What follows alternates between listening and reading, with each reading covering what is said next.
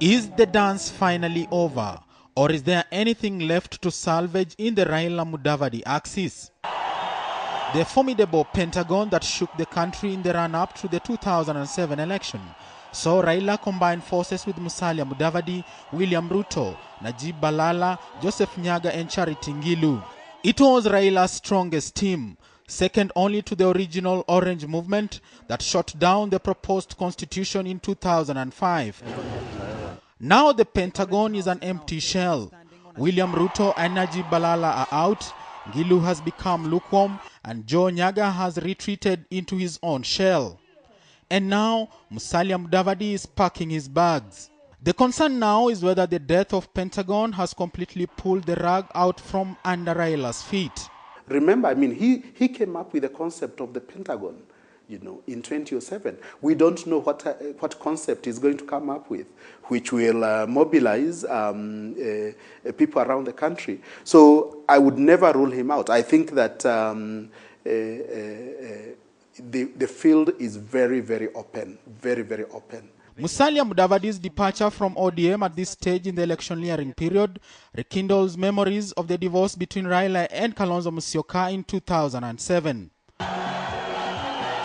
ODM's Pentagon has been partly credited with the nationalist and inclusive look of the party, hence its popularity. In spite of the fact that ODM has been polled as still the most strong party, the most popular party, the infighting is likely to weaken it from within. And as we know, even documented in scripture, a house divided against itself can barely stand. So Musalia Mudavadi has got very limited options.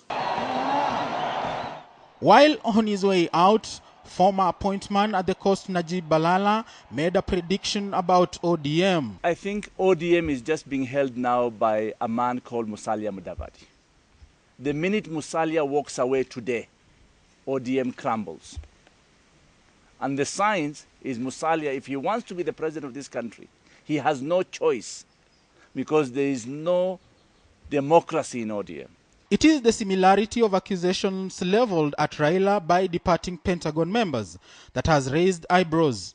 Many now wonder what would become of Raila if his former allies in the Pentagon were to combine forces and run against him as a team. It's really about the opportunities that he has seen in himself as a presidential candidate, and also reading the national politics and knowing, for example, that within G7, it's going to be very difficult for them to agree on a particular candidate, considering that, we are not sure whether, for example, Uhuru Kenyatta or William Ruto would be cleared to run for public office on account of the ICC.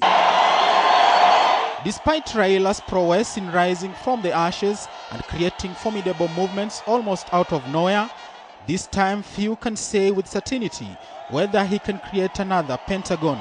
There are those who've been tutored or mentored under the wings of Moi and under the wings of Raila Odinga. And we can see that they have learned and mastered so fast that even they become challengers of their very own masters. And cases in point are people like William Ruto, people like Najib Balala. They have now become more bold, more assertive, and they have not hesitated to step whenever it has not worked for them. But you can see that Musalia Mudavadi is still sitting under the shed. Despite woes within ODM's top leadership, opinion pollsters have continued to rank Raila on top of the rest, and his party still commandeers a steady lead. Whether this will continue after Mudavadi's departure remains to be seen. Aaron Ochieng, KTN Spotlight 2012.